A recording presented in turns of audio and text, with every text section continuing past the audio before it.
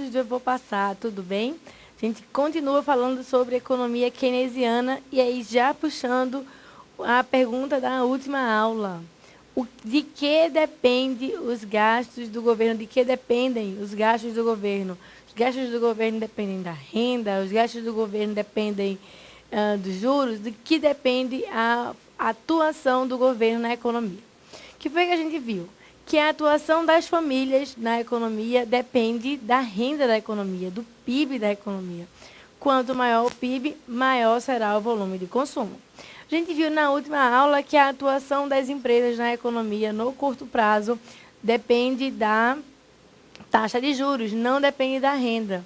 E aí, do que depende? Quais são as variáveis que afetam gastos do governo, importação e exportação? É o que a gente vai ver na aula de hoje. Vamos para a luz. Função, gastos do governo, função governo, agente governo. Na macroeconomia, o governo tem o papel de arrecadar, vamos ajeitar ali, tem arrecadar tributos, que a gente vai chamar de T, e realizar gastos. Então, o governo tem uma função bem importante na macroeconomia keynesiana. Ele atua de duas formas. Ele atua gastando, ele atua tributando. O nosso governo, em especial, o governo brasileiro, tributa direitinho, né? Então, a gente paga bem muito imposto. Assim como no caso dos investimentos das empresas, que a gente já tinha visto antes, também se considera que os gastos do governo são autônomos em relação à renda nacional. Na lousa, a gente vai considerar que os gastos do governo são autônomos em relação à renda nacional. Ou seja, o que é isso? G não é função de Y, T não é função de Y. Ou seja, o quanto o governo vai tributar não depende da produção. É uma variável autônoma. Ela dependerá de outras variáveis que não a renda. Podem ser outras, mas não a renda.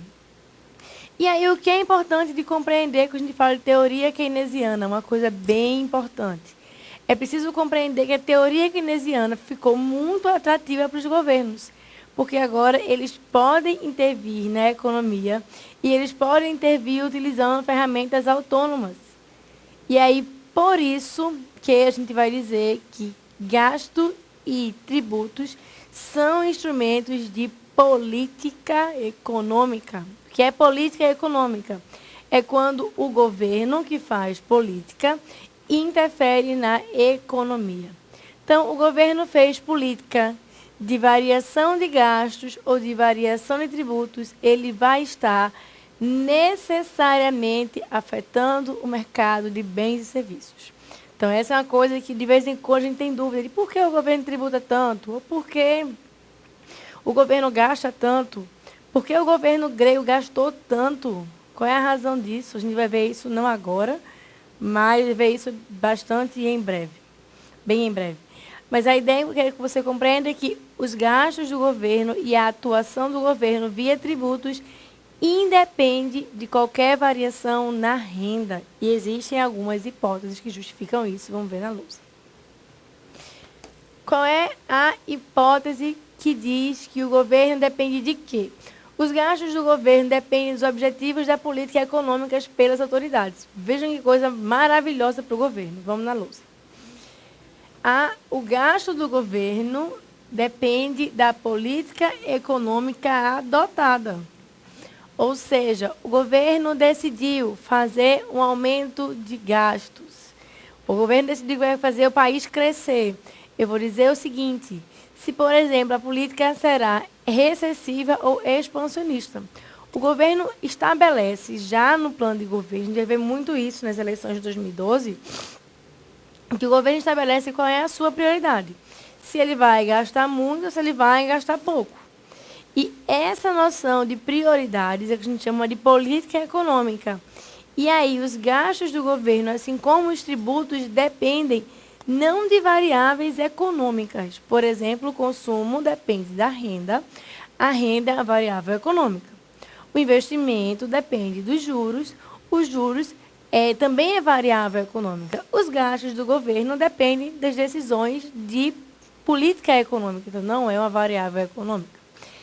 E aí os gastos públicos não são determinados por outras variáveis econômicas, mas são eles que determinam as demais variáveis. Vamos ver na lousa, vamos marcar isso aqui.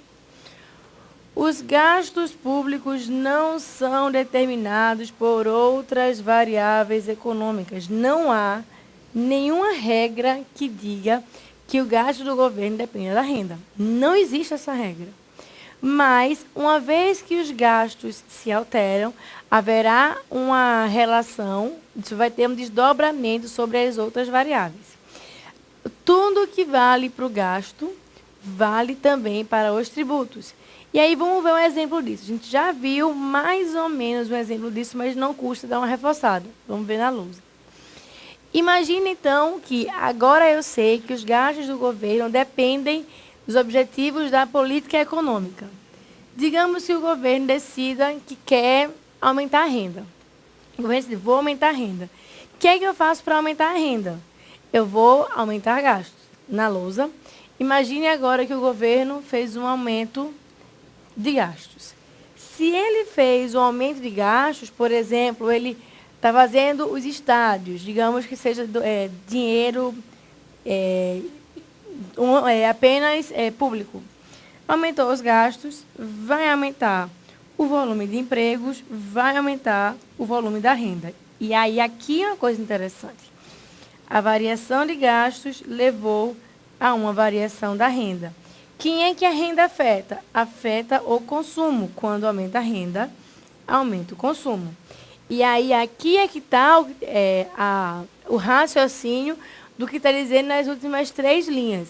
O gasto do governo não é determinado por outras variáveis econômicas, são variáveis políticas, mas afetam as outras variáveis. A gente está vendo ali uma relação direta dos gastos do governo afetando o consumo, porque ele afeta também a renda.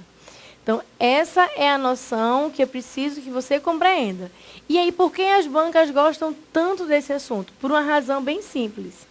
A gente vai trabalhar para ser servidor público, a gente vai passar para ser servidor público. Então, a gente tem que compreender como é que o governo raciocina, já que todo mundo vai ser agente do governo, vai ser um servidor do governo. Então, essa é a ideia. Por que eu preciso compreender a função gastos? E por que a função gastos é tão importante? A gente, na aula de hoje, só vai ver o primeiro passinho da importância desses gastos, porque eles acabam afetando toda a economia no curto prazo. Então, se o governo aumentar os gastos, por exemplo, o que ele está querendo fazer é, no fim das contas, aumentar a renda da economia. E aí, quando o governo aumenta a renda da economia, ele está fazendo a política expansionista na lousa. Quando o governo decide aumentar a renda, como é o caso disso aqui, a gente vai ter uma política expansionista. E aí, é expansão de quem? É uma expansão da renda. O governo, no final, vai utilizar meios, e os gastos do governo, assim como os tributos, são meios, vão utilizar meios para alcançar determinados objetivos. E aí, por exemplo, se eu quero aumentar a renda, por alguma razão, eu vou aumentar os gastos, porque esse é o instrumento utilizado para poder aumentar a renda. E aí, digamos que o governo não está mais interessado em aumentar a renda, ele quer reduzir a renda. O que é que ele faz? Ele vai seguir o raciocínio inverso que está ali. Ele vai diminuir os gastos, diminuir o emprego, diminuir renda, diminuir consumo, e aí vai se multiplicando o efeito. Quando o governo quer reduzir renda, ele vai fazer uma política chamada de política retracionista ou política contracionista. Vamos na lousa. Toda vez que o governo quiser reduzir renda, ele vai fazer política retracionista ou contracionista. E aí é retração e expansão de quem? É retração e expansão da renda. Essa é a definição que eu preciso que você compreenda. é a retração ou a expansão de renda. O governo vai estar olhando a produção do país. E aí, se ele vai querer que a renda aumente, se ele vai querer que a renda diminua, depende claramente dos objetivos do governo. Por exemplo, no início de 2011, Dilma fez uma política altamente retracionista. O que foi que ela fez? Ela cortou em 50 bilhões os gastos do governo, os gastos dos ministérios. Então, esse corte de gastos estabelecido pela presidência é uma política retracionista. Por que ela é retracionista? Porque haverá uma redução dos gastos, uma redução da renda, a renda caindo, haverá uma retração na economia. Fato contrário foi observado em 2009, quando a gente entrou mais ou menos naquela recessão da crise de 2008, que foi que Lula fez? Ele reduziu os tributos da linha branca e dos automóveis. Quando ele reduz os tributos, o que é que ele quer? A redução dos tributos leva a um aumento da renda disponível. Lembra lá o que é renda disponível? Vamos na lousa. Vou só botar aqui. Uma redução dos tributos vai levar a um aumento da renda disponível, porque a renda disponível é a renda bruta menos os tributos. Com o aumento da renda disponível, haverá um aumento do consumo. Com o aumento do consumo, também haverá um aumento da renda e a coisa segue indefinida. A gente já viu isso. Então, o que foi que Lula quis quando ele reduziu os tributos da linha branca? Ele quis fazer com que isso proporcionasse um aumento da renda.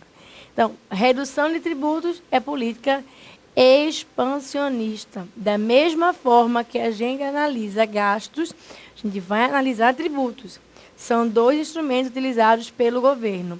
No caso dos gastos e no caso dos tributos, o raciocínio é invertido somente na noção da direção deles. Por exemplo, se eu quero aumentar a renda, eu vou aumentar gastos e diminuir tributos. Se eu quero diminuir renda, eu vou diminuir gastos e aumentar tributos. Nesses dois casos, o que é importante que você compreenda é que essas variáveis são variáveis autônomas em relação à renda. Não depende da renda da economia. Não é porque um país tem uma renda alta que eu vou gastar mais do que eu vou gastar menos. Depende exclusivamente das prioridades do governo. É isso que está mostrado na lousa. É isso que eu preciso que você compreenda. Vamos andar mais, vamos na lousa. Eu preciso compreender, por exemplo, que a introdução do governo e, particularmente, a introdução da tributação altera as funções consumo e poupança, que passam a ser função da renda disponível do setor privado. A gente já viu isso. Qual é a ideia quando eu mexo nos tributos? Eu mexo na renda disponível das famílias.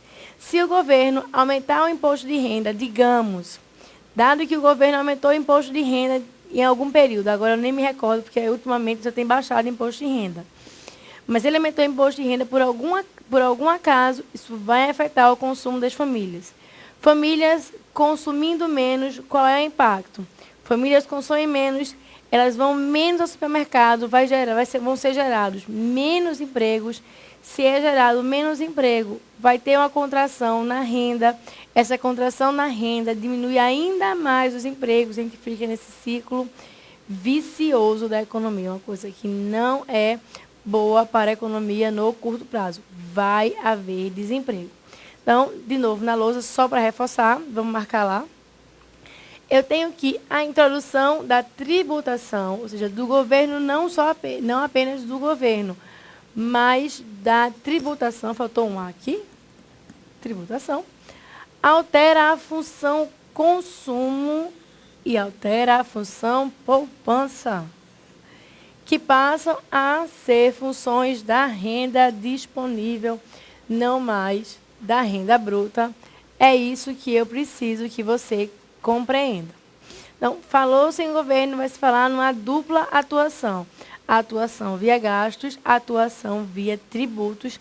Está bem claro na lousa o que é que você precisa compreender. Vamos andar mais. Eu preciso compreender mais o quê? Eu preciso compreender que existe uma hipótese que considera tanto impostos quanto gastos do governo como autônomos. Essa hipótese está baseada em duas condições. Primeira condição: os governos não se comportam com a mesma regularidade demonstrada pelos consumidores ou empresas. Portanto, não há nenhuma regra confiável que possamos escrever G ou T correspondente à regra que escrevemos, por exemplo, para o consumo. O que acontece no caso do consumidor? No caso do consumidor, é bem clara a relação que existe entre consumo e renda. No caso da empresa, é bem clara a relação que existe entre investimento no curto prazo e taxa de juros. No caso do governo, a gente não pode dizer nada disso. Por exemplo, que a brasileira vai analisar isso com mais calma, mas durante a época dos militares, houve muitos gastos do governo. E esses gastos foram se amontoando apesar do crescimento da renda. Já em 94 para cá, a nossa renda veio baixando. A nossa renda veio baixando e os governos vinham retraindo a renda. E aí, quando a renda passou a reduzir ainda mais, os governos passaram a gastar. Então, não há nenhuma regra que diga que, de fato, quando a renda aumenta, vai se gastar mais, quando a renda diminui, vai se gastar menos, ou vice-versa. Não se tem essa noção. Por isso, a economia, a teoria econômica, ou macroeconômica, opta por dizer que G e T são realmente autônomos em relação à renda. Eles dependem ou eles dependerão fundamentalmente das prioridades políticas dos governos. Vamos continuar na lousa. A segunda consideração é mais importante. Uma das tarefas dos macroeconomistas é pensar sobre as implicações alternativas de gastos e tributação. Queremos poder dizer, se o governo escolher esses valores de G e T, é isso que acontecerá. A abordagem típica trata G e T com variáveis escolhidas pelo governo, em vez de tentar aplicá-las no modelo. Vamos na lousa marcar algumas informações bem importantes. Vamos ver lá.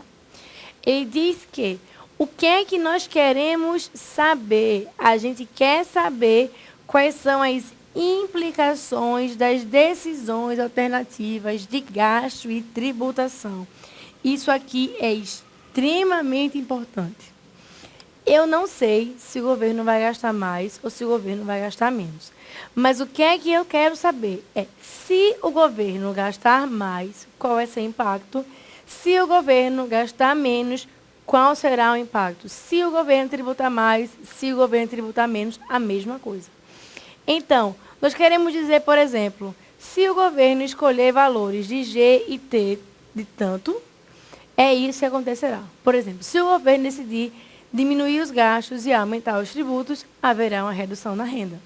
Então, eu não sei o que o governo vai fazer, mas eu posso agora explicar o que acontecerá, dado que o governo vai atuar de alguma forma na economia. E aí, a abordagem típica, vamos marcar na lousa, trata G, gastos, T, tributos como variáveis escolhidas pelo governo, é verdade? Em vez de tentar aplicá-las no modelo, a gente não vai aplicar, não vai achar as variáveis G e T com variáveis endógenas ao modelo. A gente vai achar G e T com variáveis exógenas ao modelo. E aí, o que ficou interessante? Quando Keynes disse que o governo podia atuar na economia, para os governos isso foi ótimo, porque eu tenho agora a validação da teoria econômica de que eu posso e devo atuar na economia.